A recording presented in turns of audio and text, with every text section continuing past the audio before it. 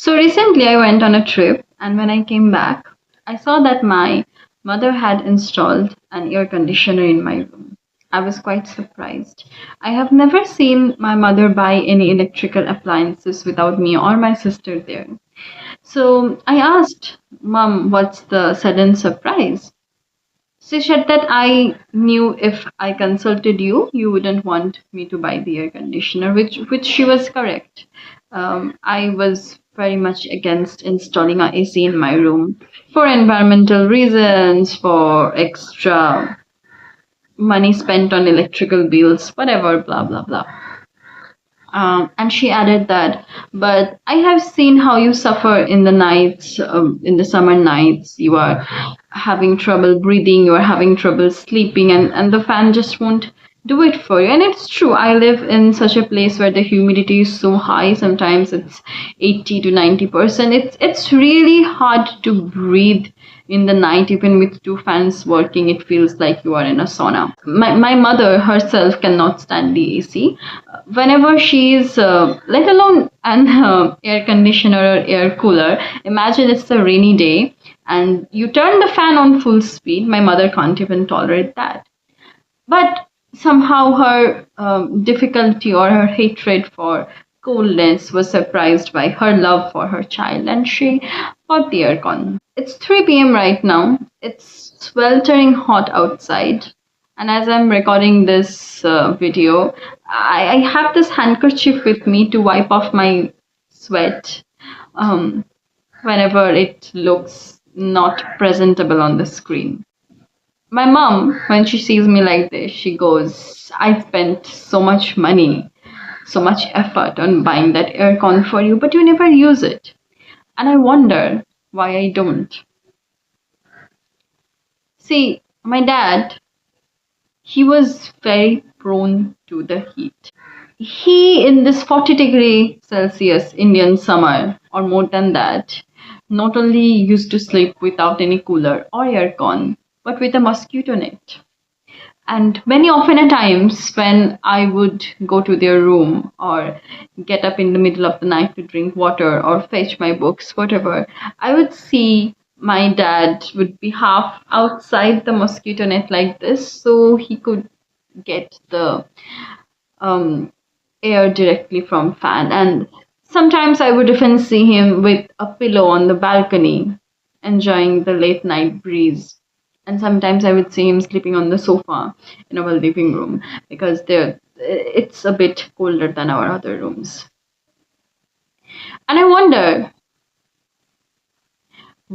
is it because my love for the environment or the hatred for myself enjoying such a luxury that I don't use the air conditioner?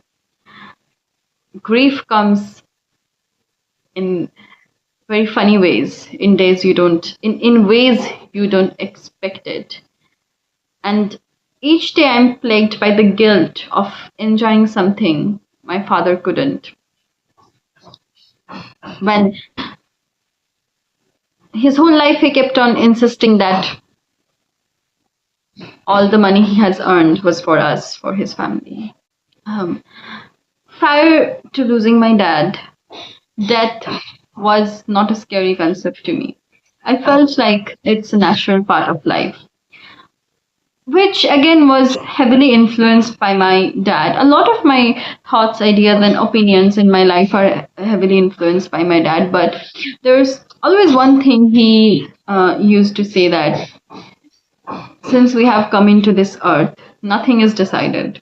What we will become, whom we will spend our life with, whether it will be happy or sad. But one thing is decided, that since we have come into this earth, that one day we have to go away. One day we have to leave it behind.